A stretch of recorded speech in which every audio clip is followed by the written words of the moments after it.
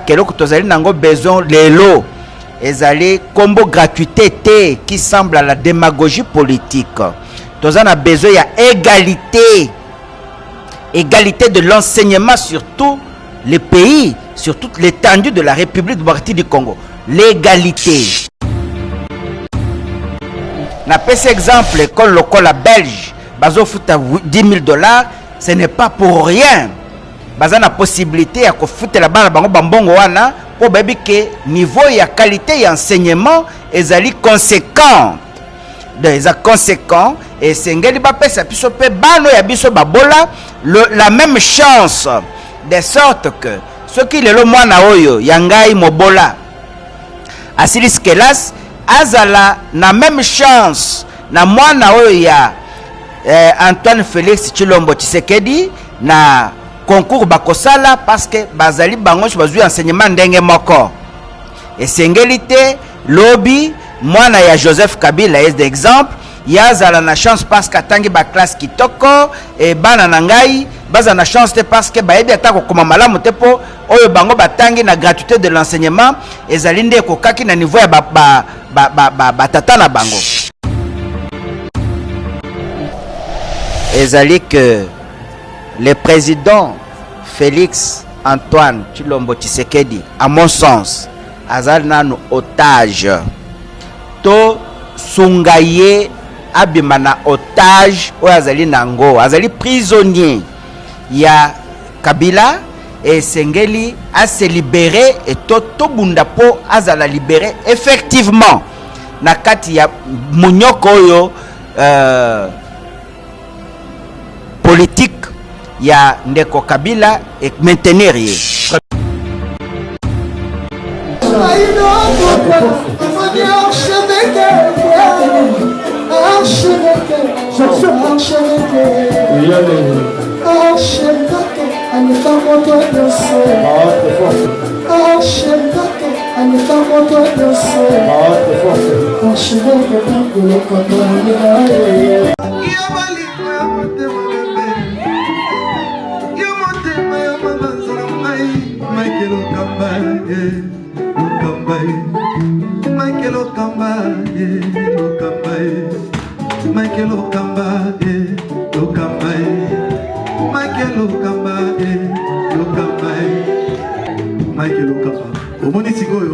L'artiste, c'est l'improvisation.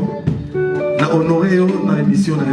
Africa Elengi TV, votre chaîne, l'incontournable, la star des chaînes.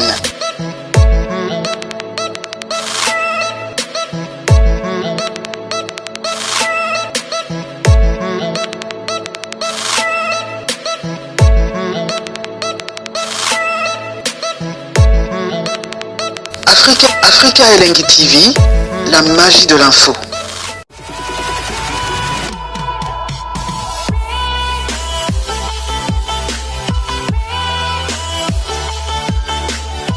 Bien, batata ba mama bandeko mbote mingi pa yuapi bozwami bozolanda biso à travers le monde par rapport il y a émission na bino peuple le belabiso émission point de vue sur Africa Elengi na YouTube et tozali na République démocratique du Congo, c'est votre émission d'actualité. Tozali na mbano pe makoki ya koyamba mwana mboka Zorobabel, c'est l'envoyé dédié azali président ya parti MLCO na ye tokobeta masolo ya ba sujet d'actualité, rentrée scolaire, gratuité à rentrée scolaire après un mois et demi, 2 mois, le loba professeur ya lycée Bosangani ba kotina grève tokobeta masolo na mwana mboka Zorobabel tokobeta pe masolo likambo etali budget ya 7 milliards de dollars oyo ba imboka ya gouvernement ba kokende ko proposer dans l'Assemblée nationale déjà ba koti à concertation, deuxième réunion des ministres Salama Kilobi, coordonnée par le nouveau premier ministre Sylvestre Ilunkamba et puis Tokobeta du Solo. Il y a discours, il y a président de la République, Mwanamboka Antoine Félix Tshilombo Tshisekedi, na Nations Unies. Est-ce que aujourd'hui discours wana et c'est peuple congolais topé communauté internationale topé africaine pendant 30 minutes yambi mwana mboka Zorobabel azali moko ya analyste politique na mboka na biso République démocratique du Congo, président à parti MLCO na yende tozobeta masolo na mokolo ya lelo zolanda biso à travers le monde tozali na plus 243 89 00 60 149. Président Zorobabel Mbote. Mbote mingi ya koyamba. D'abord invitation na biso ya émission à lelo. Tozi on a sé à moi. D'abord bonne santé ya parti et puis bonne santé na mbo. Non, santé à parti zali malam. Na kanisi ngai moko pe na zali malam. Très bien. Premier sujet d'actualité, Zali, gratuité à rentrer, gratuité à enseignement en République démocratique du Congo, post-école primaire, respect à la Constitution, article 43, où Mokonzambo a Sengaki, na ba école nyon son établissement nyon surtout va respecter en go, mais le lo ba professeur, il y a lycée Bosanganipe, collège Bobo to ba continue à grève. D'abord réaction na yo par rapport il y a gratuité enseignement en République démocratique du Congo.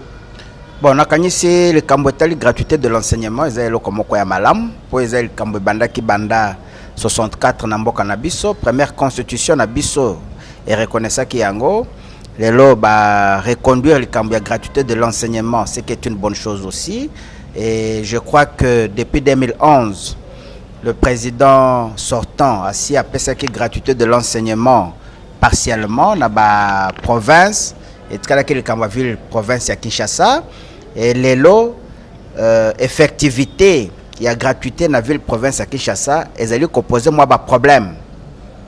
Alors, premier problème, ils allaient que est-ce que frais, qu'on appelle le frais, où l'État a fixé pour certaines écoles, on a Boboto, plutôt na Athénée de la Gombe, $48.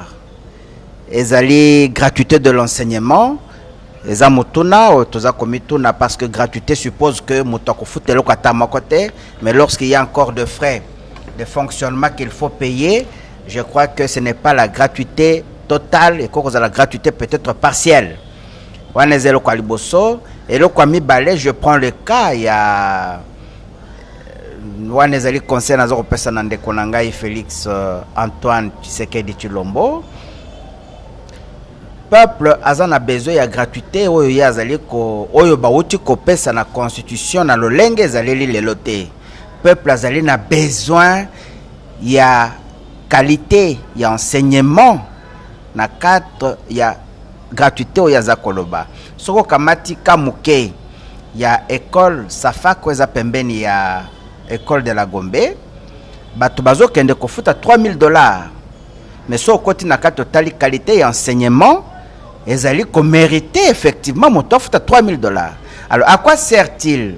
Et comme tina nini tokolinga gratuité de l'enseignement, d'ailleurs moi naza kotanga likolo ya mai na kati ya boîte, toza ko bete la gratuité de l'enseignement, d'ailleurs moi naza kofana na école ezangi baban, toza na gratuité de l'enseignement, l'air enseigner à zangi ba outil didactique.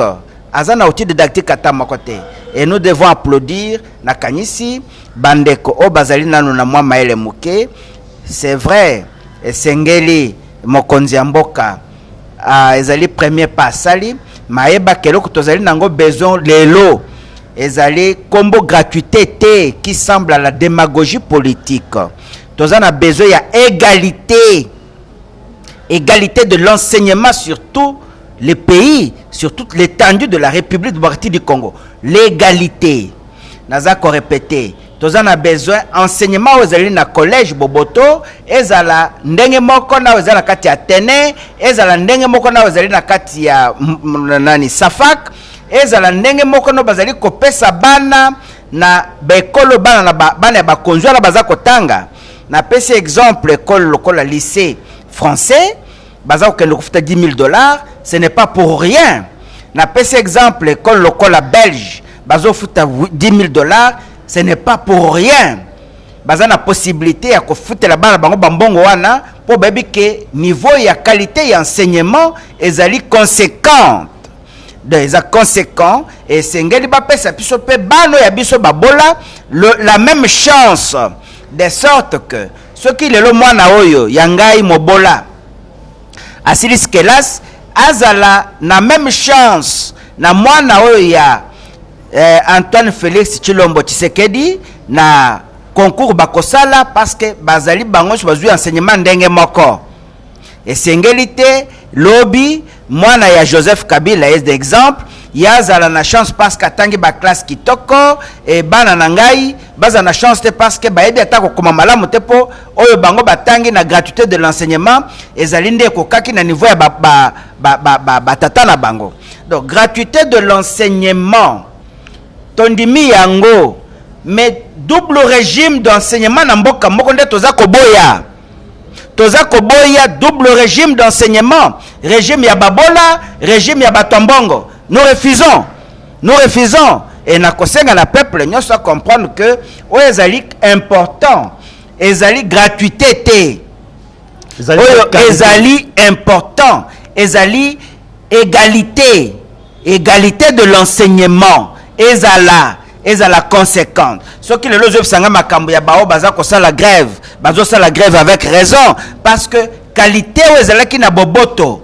Ce que l'ingos réduire yango na niveau ya gratuité, vous avez raison, mais comment on va prendre en charge l'enseignant ou bazalaki ko se poumoner pour maintenir l'éducation na niveau ya standard international? Très bien. Ba imboka bozolanda biso soki bozali à travers le monde, boye ba ke na République démocratique du Congo, article 43 ya constitution ezali respecté par rapport à rentrée scolaire oyo. Mais après un mois, ba professeur ya lycée Bosangani, collège Boboto déjà ba continue la grève, ba zo senga ba futa bango plus ou moins 430 $ par mois, mais les gouvernements en place et promettre aux professeurs Yambo Cannabiso 245 $ chaque fin du mois. Déjà, les élèves, il y a lycée Bosangani, collège Bobo, tu vas marcher Awa, na République démocratique du Congo, na commune ya Gombe, Bazalagi na Balabala, pour réclamer, nous voulons étudier. Deuxième sujet d'actualité, toujours le Belezali, les Kambouya budget, il y a 7 milliards de dollars au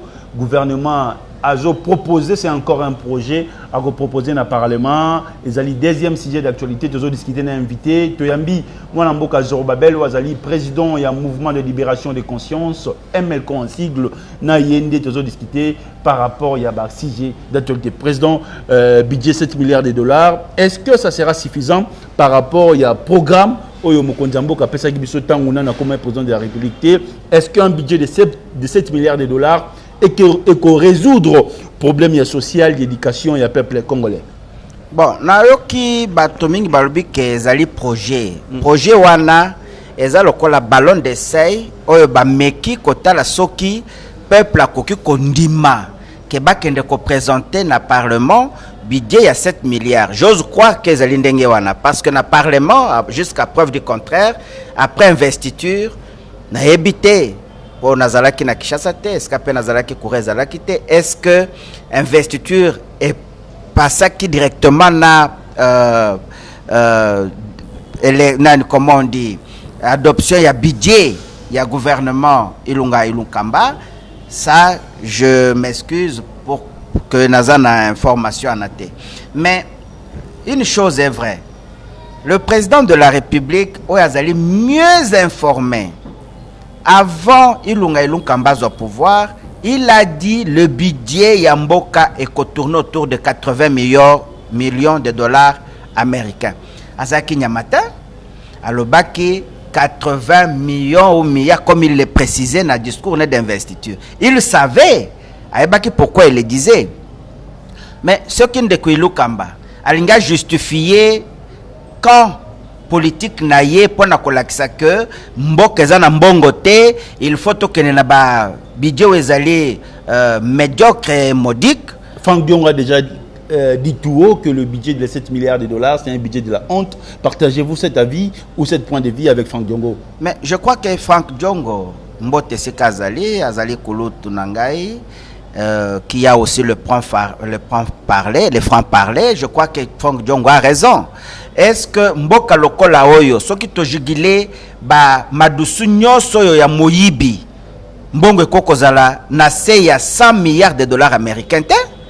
Même le président Tshisekedi en parlant ezalaki ballon d'essai tokoko banda na 100 milliards 80 milliards ndenga za ekoloba et lelo soki tokamati mbongo nyoso bango bayibi babomi na bandako na bango mbongo et permettre basa la makambo toza ko souffrir nango lelo yo et que mbongo wana ye mukonzo asika asengi sinyo sezonga à travers la justice, l'impunité, combat contre l'impunité. Mais moi je crois que budget avant batiango un exercice et kozala au-delà même il y a mbongo toza koluka parce que mbongo zande maboko ya bato. Yango toza loba soki bakor wana eza coexister ya solo ke Kabila na Tshisekedi basala ki bakor mais bakoki kozwa bato mibale bakokozwa tout un peuple na otage te ou bien bazwa état congolais na otage non ezali mboka ya Kabila te eza mboka Tshisekedi te ezali likambo etali mboka ya peuple mobimba esengeli bayebisa biso finalement mbongo oyo Kabila na bato ne bayibaki eza wapi lobi tolobaki likambo ya Panama Papers mbongo wana ti lelo tolobaki toko changer constitution te il faut tozonde moto oyo ako exécuter constitution oyo kaka ndenge ezali mais lelo oyo moto wana ezalaki Félix Antoine Tshisekedi Tshilombo nde topesi confiance ezali po asa la justice a récupérer mbongo nyonso tozaki ko réclamer mbongo ezalaki na maboko ezala maboko ya bato ya Kabila na famille na ye mbongo ya uranium oyo batekaki na Katanga ti lelo eza kosala bato nzo komba président minene mbongo wana eza wapi mbongo wana nde kosala ke bidja mboka emata mbongo nyonso bayibi awa dernièrement na okisangwa wana ba Congo bawuti kopesa gratuité ya société moko ya ba chinois efuta presque 1000 conteneurs et les cas gratuitement sur le péage mais mbongo wana baza kuchana ba poche na bango oyo wana ezali sous makambu ya Kabila te eza makambu ya lelo avec Antoine Félix Tshilombo. Cela veut dire que nous devons combattre l'impunité. Nous ne devons pas combattre, nous devons nous mettre dans l'état de droit. Très bien. Imboka Bozolanda Biso, plus 243 89 00 60 149. Tu ressens à Peggy déjà aux Olabiso ba photo na séance photo parce que la question sujet d'actualité tout qui est lentement ici Roma vers la fin. Discours il y a président de la République des Nations Unies le président Antoine Félix Tshilombo, 5e président de la République démocratique du Congo, a tenu un discours fort dans les Nations Unies. Point de vue à moi, Mboka Zoro, Babel. Bon, Naza ko saluer discours naie, mais Naza ko lobak discours naie, na liandi ango malam, mais en réalité, ezali vide. Motomoko ako, on ne peut pas opérer des réformes au sommet des institutions internationales sans que à l'interne aux na appui ou bien des réformes conséquentes ou ekosala ke yo mokonziambo koza na soutien sur le plan interne. Lelo il est encore sur une chaise éjectable. Moutazali pratiquement n'a plein pouvoir. Ezali Kabila qui peut l'éjecter à tout moment. Il aurait dû commencer par des réformes internes. Nous avons un seul président, le président Zorobabel. Un président de la République sans parlement, c'est en réalité un président de la République sans pouvoir. Ça, ce n'est pas moi qui dois vous le dire. Si nous avons demandé au président de la République à instituer le ministère des Affaires religieuses et que Batonaye, partenaire, n'est pas comme ministère des Affaires religieuses, c'est parce qu'il savait que en s'entourant du peuple, il risque de devenir fort et échapper na contrôle nabiso. Alors qu'il ne comprenait pas pourquoi nous avons insisté sur l'institution du ministère des Affaires religieuses. Qui est important pour vous? Qui est pour le peuple, parce que le phénomène aujourd'hui est devenu un phénomène inquiétant. Le peuple, si vous voulez travailler, si vous voulez en fait réformer ou former le peuple, vous devez vous appuyer sur l'Église. Mais l'Église doit avoir une politique, ou le pouvoir doit avoir une politique religieuse. Très bien. Parlons de l'Église parce que l'Église doit avoir une pouvoir religieuse. Aujourd'hui, c'est le 5 octobre. Le cardinal Fridolin Ambongo sera aujourd'hui consacré comme cardinal africain à Vatican. Point de vue, en frôlant peut-être des questions d'actualité, peut-être aux apolitiques. Point de vue. Bon, c'est un non-événement pour le peuple congolais qui se reconnaît comme étant peuple ya Yahweh. C'est un non-événement. Mboka oyo po ekota na kati ya bumbu tozana yango. Les gens doivent se rappeler que c'est le Vatican qui avait signé le 5 avril 1950 1854, la bulle papale oyo et comme si biso lelo na bombo to nanguti lelo et ba pape boni basi ba mata na likolo église catholique et ba bongisa mboka oyo. Personne, la seule personne qui a osé faire l'affront, c'était Maloula comme cardinal. Qu'est-ce qu'un bombo viendra apporter comme solution au peuple congolais? Il a joué un grand rôle dans l'accord à Senko. Il a joué un grand rôle dans l'accord il y a 5 ans. Où en est-il arrivé avec l'accord de la 5 ans? Il y a des bangoles de Kabila 2 ans de plus. Et c'est l'accord de la 5 ans. Où est-ce la base de il y a Bakor Toza Kolelati l'auto-habité. Finalement, Kabila na Tshisekedi Baokana Kinini. Où est-ce que Mamboka Nakata Mbutumbutu? Je viens de vous donner un cas. L'immoralité na Est. L'immoralité décriée dans la province ya Congo central devait être sanctionnée. Et jusqu'à preuve du contraire, les députés provinciaux ont dit non. De l'FCC, qui sont majoritaires, il y a parti politique ou regroupement politique, il y a Ndeko Kabila, président sortant. Aux huiles les loyaux, les 15 millions de dollars américains que nous sommes en train de déplorer, c'est le directeur de cabinet chef de l'État qui est mis en cause. Est-ce que le directeur de cabinet mis en cause c'est déjà justifié, ne fût-ce que devant la justice, pour la koyeba, mbongo ya l'État, et a dilapidé zo kende wapi. Très bien. Il n'y a pas que ça. Le procureur général de la République a dit que l'affaire est encore en justice. Donc, nous attendons les résultats palpables. Un mot par rapport au peuple congolais, surtout Balandio Lelo. Est-ce qu'aujourd'hui, le peuple congolais peut compter d'accord, il y a FCC Cash, dans 5 ans sur le plan social, le peuple a s'est retrouvé, éducation normale, point de vue, parce que le membre de la diaspora, Bayambi, Antoine Félix Chilombo, très bien à Belgique, et Lelo Mokonzambo, Azali, na Vatican, et Paul Bazo consacré Monseigneur Fridolin Mbongo, point de vue. Bon, ngai elo konaza ko senga moke ezali bandeko ezali que le président Félix Antoine Chilombo Tshisekedi, à mon sens, azali nanu otage to sungaye abimana otage ou azali nango azali prisonnier ya Kabila et Sengeli a se libéré et Toto Bundapo azala libéré effectivement nakati ya munyoko yo politique ya Ndeko Kabila et maintenir rien. Très bien. Imboka Bolandi Bisso à travers le monde, plus de 143 89 00 60 149. Nous allons encore revenir après 48 heures concernant le sujet d'actualité Moussoussou. Mais Maître Zorobabel, Azali Moutou, Azali Nakatikati, il y a centre MLC Peso Fete 21 ans Nango, Bobandai combat ensemble, point de vue nayo. MLC Banda n'a pas combat ensemble. Les MLC comme sigle, c'est nous qui l'avons commencé en 1994. C'est en 2006 ou 2003 que Bitumbe Bimaki, MLC Aouti na Est, na Manduki na ye, MLC Yabiso sans armes, et nous avons été demandé de choisir entre tout kalana sigle ou bien Topona sigle Moussous. C'est comme ça que pour éviter le Kola Bembaya Kazaki, premier vice-président de la République, nous avons dit, bon, dans ce cas-là, le Kola Yalingi Kosedete, nous prenons le O qui est ajouté à ce qui devient MLCO.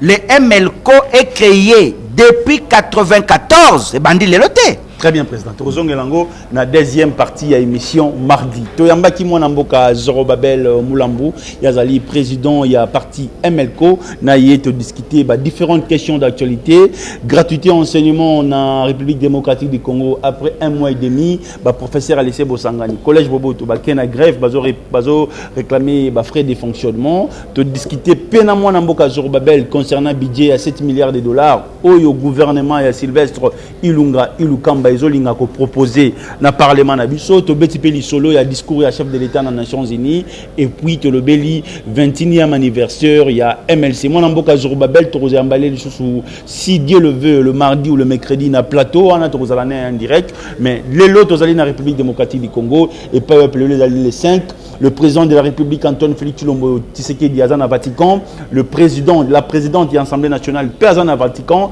y compris les membres du gouvernement Moussousou, y compris dans mon mboka Sami Badibanga et pas Yoapi Bakei Kolanda, mon mboka Fridolé Ambongo, Yoapi Bazo consacré cardinal pour la compte de la République démocratique du Congo.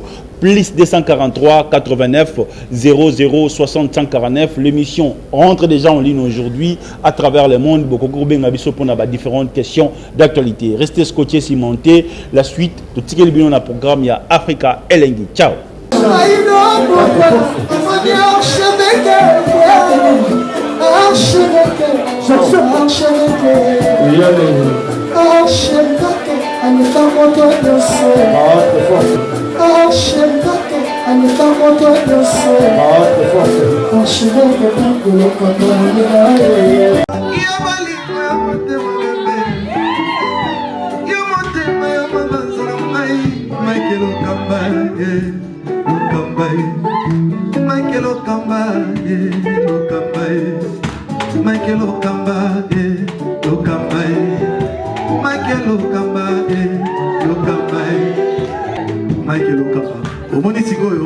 L'artiste, c'est l'improvisation.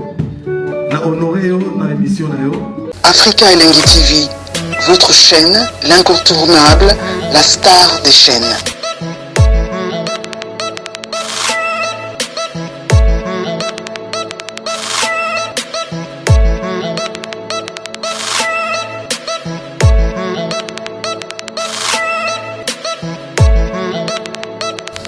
Africa Elengi TV, la magie de l'info.